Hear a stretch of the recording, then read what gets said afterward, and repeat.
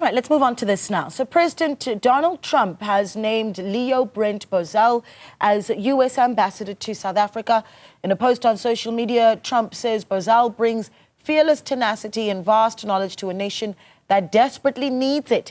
His appointment, which still needs to be confirmed by Senate, comes as diplomatic tensions between the two nations are still at an all-time low. Bozell replaces Reuben, Brigety, who resigned in January. Meanwhile, President Cyril Ramaphosa is still deciding who to send to Washington to replace Ibrahim Rasool, who was expelled 2 weeks ago. Director of the African Center for the Study of the United States at the University of Pretoria, Professor Chris Isike, joins us now to give us some reaction. Professor Isike, good afternoon to you. Thank you so much for joining us. Well, here we are. You've got that announcement on social media by President Donald Trump. And at the ends of it, congratulations, Brent. And it starts with, I'm pleased to announce that Brent Bozell will be our next United States ambassador to South Africa. A good move by the president, particularly for relations with South Africa and the U.S.? Well, sounds like it for him. Bozell used to be a strong Trump critic, but very conservative. And then he quickly became a strong supporter of Trump after, sometime in 2020. And has been strong for Trump since. So it's important that he appoints someone that he trusts. If that nomination goes through, it will now be up to South Africa to accept the nomination or not. You know, there's obviously a lot to be said about what, motivates this decision, especially when there is, of course, the clear understanding that there is this wide, view that Brent Bozell is very much a pro-Israeli man, what that would mean for how he would carry out his duties in South Africa. I mean, the biggest things that you would flag as a priority for him once he arrives on our shores. Well, an ambassador is a representative of the president and home country in a host country, but they are not quite the president, and there are limitations, like we saw with the ambassador Rasool about what an ambassador can do, and that ambassador can be reprimanded. So South Africa cannot determine for America in the same way America cannot determine for South Africa who its ambassador should be. However, knowing that if South Africa accepts Bozell and he comes in, he cannot, in all good conscience and practice, begin to dictate to South Africa what its foreign relations or what its foreign policy interests should be around the Middle East. It will be up to South Africa to decide. And if it becomes too meddlesome or too troublesome for South Africa can do to him exactly what the United States did to Ambassador Rasool.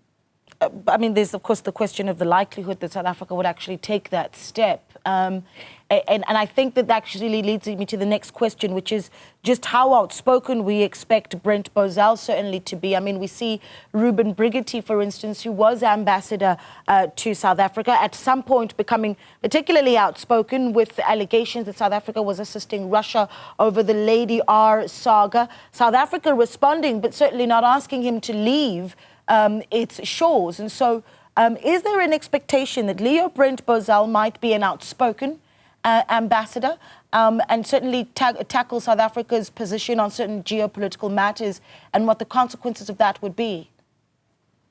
Well, in a world where countries are now free to use all mechanisms and instruments to manage and deal with erring ambassadors, I think that South Africa should not worry about what he would be or what he would, say or not say. He's free to be outspoken, but I would think that he would have learned both from the Ambassador Brigaty's stint in South Africa and what happened also to Rasool, and that ahead of he's now chosen ahead of Joy Pollak may have something to do with the kind of rhetorics, the outspokenness of Joy Pollak even before he got the position. So I would think that if he's as conservative as he is touted to be, that conservatism should apply to to try, following traditional diplomatic channels, respecting diplomatic traditions in how you speak and engage with a host country. Otherwise, I'm sure he would also know that South Africa can give the boot at some point if South Africa has the muscle to be able to do that. Yeah, I mean, there's also the question around whether or not there is much that can be done around the steps that South Africa has taken to tackle the Israel-Gaza matter, having gone all the way to the ICJ. So where you do have, for instance, an ambassador who would want to push a softening of South Africa's approach to the matter in Gaza, that would be a futile exercise as the matter is already filed before the ICJ, and that's an irreversible process. Yes, it is, and there's nothing South Africa can do. Even if South Africa chooses to withdraw from the case today, there are other parties that have joined it, and so the case will still have to continue. So there will be no use flogging South Africa with the hope that its withdrawal can make any difference on that score. Perhaps the best that can happen is to try and punish it in the ways that we have seen President Trump do through his executive orders since he assumed office. Other than that, there's not much anyone can do about that. Maybe except to say, get South Africa to begin to soften its stance, because South Africa has been talking about the renewal of violence against the Palestinians since the ceasefire was broken by Israel. Yeah. At the same time, you have South Africa still mulling over who we send to the U.S. to represent us as ambassador. This is after the expulsion of Ibrahim Rasool. I mean, just I suppose the appointment or the announcement by Donald Trump, as we see it on social media, which is a particularly interesting place to make an announcement such as this. But that very announcement, do you think it sets a tone, certainly for how we make a decision as a country as to who we send to represent the interests of South Africa in the United States? Absolutely. I've said before that South Africa should not be in a rush to send a replacement for Rasool. They should wait for the U.S. to make the first move, which is now happened.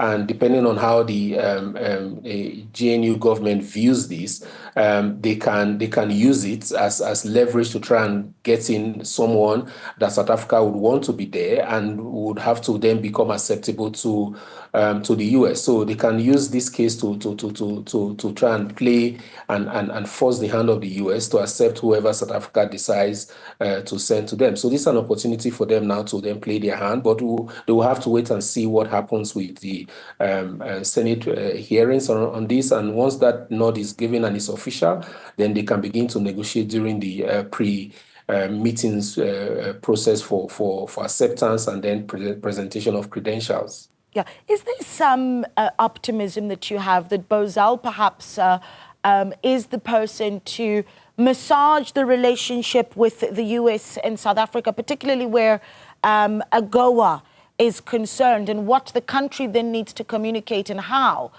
to this ambassador so that we're able to hold on to AGOA? Well, he can make things possible both for the South Africa and the U.S. Because he's trusted by Trump, and I'm sure he will be able to use his years of experience, to get things through. But I think that it's high time South Africa begins to look beyond AGOA and start thinking about bilateral engagements on trade with the U.S. And one of the biggest issues, of course, is going to be the issue around funding of vulnerable projects that in the past few weeks have certainly been raising, some of their concerns about being unable to continue with the cutting of funds of USAID. Is that a ship that we should be considering as sailed? No, not exactly. I'm sure if you look at what's happening in the U.S., people that were fired from the State Department, we are beginning to see that some of them are being rehired, even though quietly. So there's going to be experience back at the State Department in the U.S., and that will help to, restore and rebuild some of what may be perceived as destroyed. Yeah. What do we do as a nation, as Bozell? We see him at some point really starting to take over that position as ambassador to South Africa. As a nation, the first steps that we need to be taking to engage.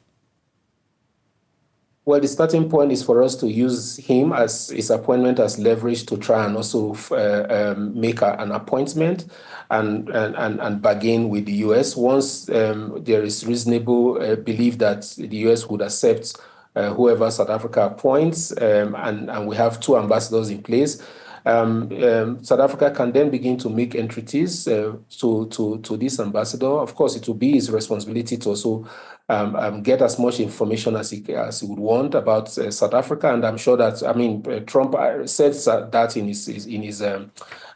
his post about the media experience and ability to gather information which Trump would need to make an informed decision, because there's been a lot of misinformation and sometimes disinformation that has kind of tilted the relationship and made it even more sour. So an experienced media and communications expert like Bosell would help to communicate things effectively, and hope that that will be done with the objectivity that is required at this level. You know, you talk about misinformation, and it's not lost on me that you've got Leo Brent Bozell, who, I mean, in and of his own career, is also known to be one of the establishers of a watchdog, a media watchdog organization in the US that was founded all the way back in 1987. And it claimed to, and I say this with inverted commas, expose and counter the leftist bias of national news media. I mean, what do you make of that? Someone who has set part of their career to dealing with exposing and countering leftist bias of national news media, while we're tackling misinformation between South Africa and the US? Well, it's a curious question, because and maybe this comes, his antecedents have been largely fueled by the fact that he's conservative himself, but there's also a lot of right-wing misinformation right there in the US that he's not probably paid as much attention to, but he can be excused because of his conservative views. Hopefully, that kind of bias does not impact on whatever information gathering he's going to be doing about South Africa when he becomes the U.S. ambassador to South Africa. Yeah. Well, Prof, we really do appreciate your time. Thank you so much for speaking to us. Professor Chris Isike, there's Director for the Center for the Study of the United States at the University of Pretoria.